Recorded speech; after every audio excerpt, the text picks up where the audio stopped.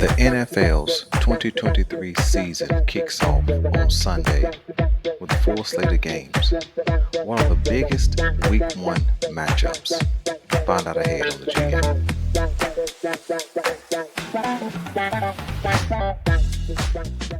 Hey, what's going on, guys? Welcome back to the GM. It is your guy Boulanger, and up next, the 5 biggest matchups of Week 1.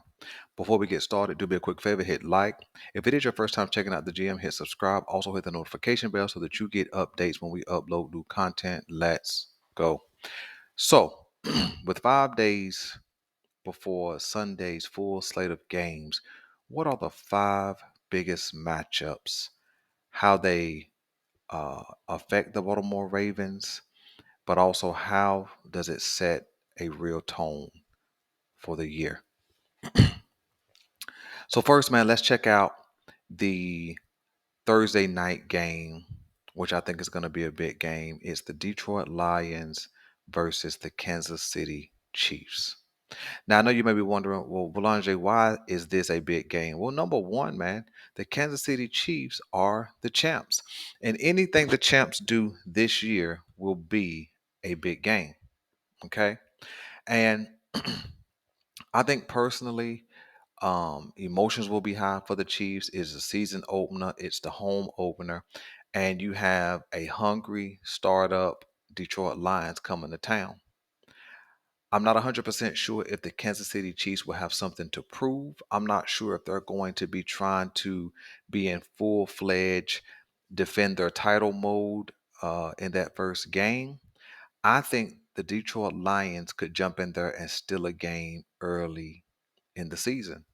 Boulanger, you are crazy. That is the Chiefs. That is Patrick Mahomes. Well, let me explain why. This is why I call it a big matchup. I think the Detroit Lions are going to be better defensively than most people give them credit for.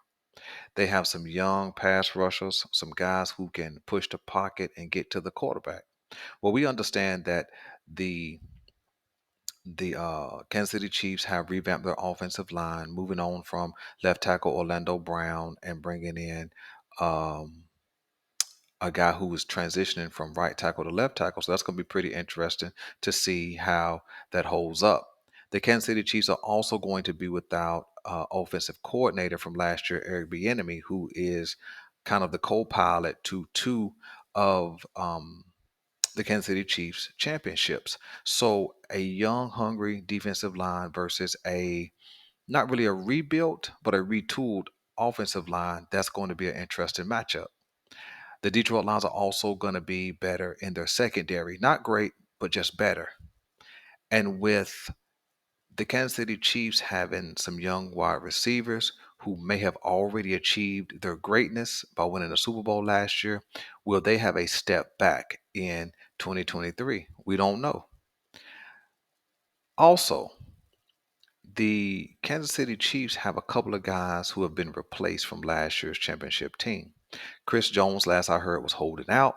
A couple of guys out of the secondary have been replaced, and so we don't know what they're going to look like on the field. Okay, we know what they look like a uh, on print, meaning what's on paper, but we don't know how they're going to perform together uh, with new additions to this defense.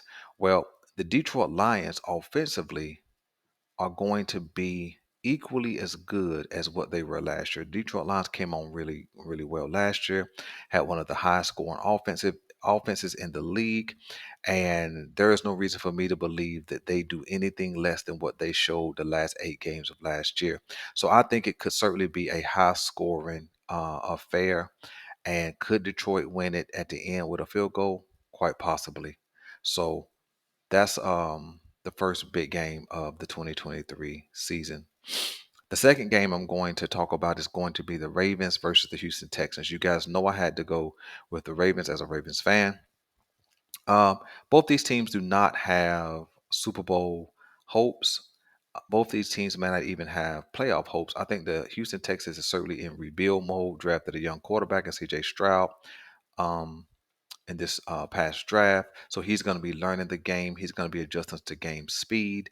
And so I think that we could kind of bait him into a few mistakes, maybe a interception or two. Although this guy's very accurate, he's very careful with the ball. Maybe we can bait him into a couple of mistakes early in the game as he's trying to get his footing. But I do think the Houston Texans are going to come out. They're going to be hungry. They're going to play fast, and they're going to be physical because D'Amico Ryans is a fast, physical guy when he was playing. And then we saw what he did with that San Francisco 49ers defense. Okay. But now when we get to the Baltimore Ravens offense, I think the Baltimore Ravens offense are going to be somewhat high octane this year. I think the first four games, like I've stated before, are going to be kind of a development, kind of a figuring out what they're going to be. And I think that this Houston game could be just a pace setter for what is going to be the rest of the season. Not even the tone, not even setting the tone for the season, just the pace. It's kind of like running a marathon. You don't want to get out to your fastest pace and then run out of gas midway through the race or even near the end of the race. The NFL season is just like that. I would like to see the Baltimore Ravens get out to a good, solid win, maybe put up mm, 24 to 28 points, have a good defensive showing, and maybe get out of this game 24-10, 28-13, somewhere in there.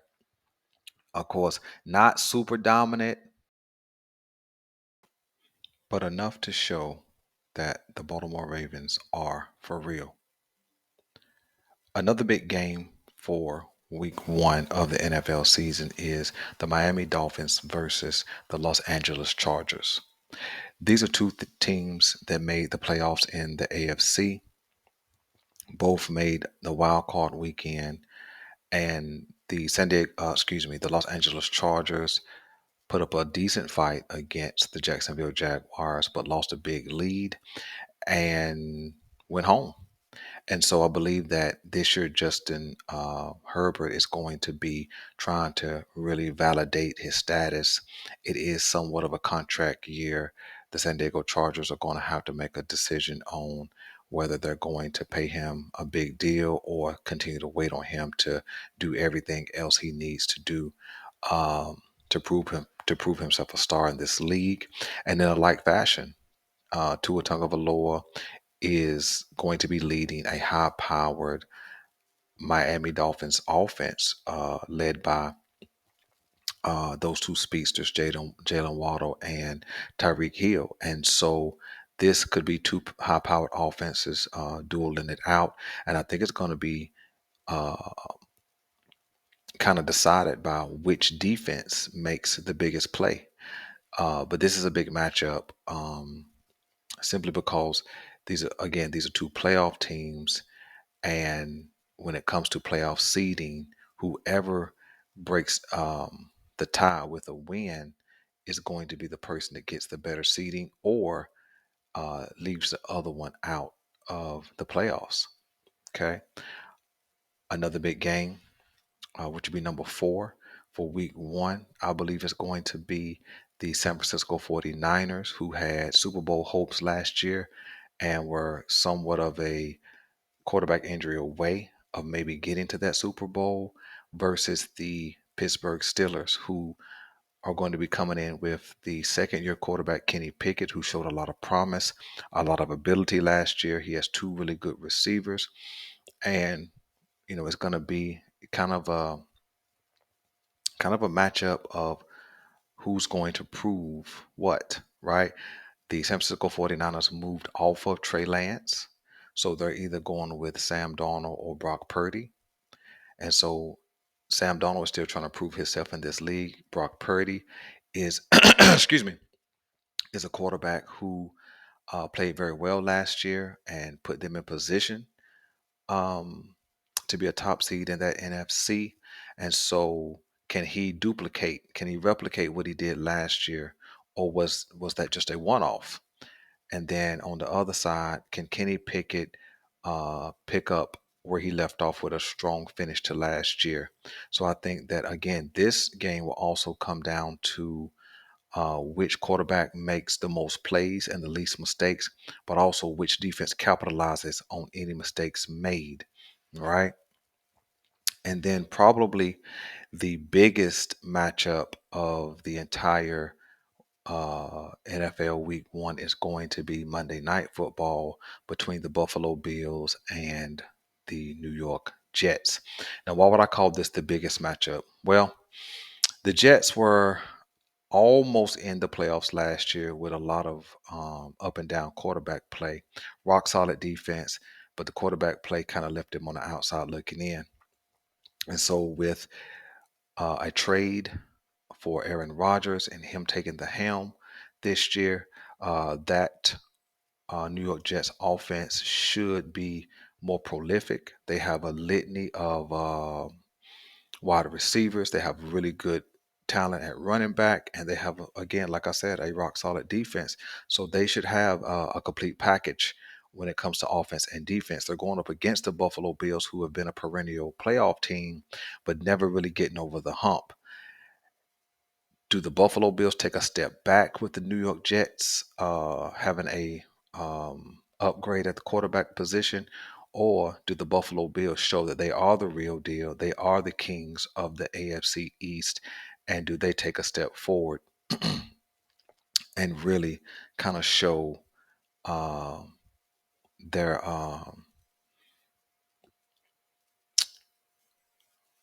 their validation of running the AFC East for the last couple of years? Okay.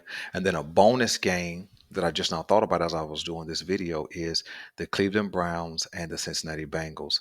This is a big game for us as Ravens fans because it's a AFC North matchup.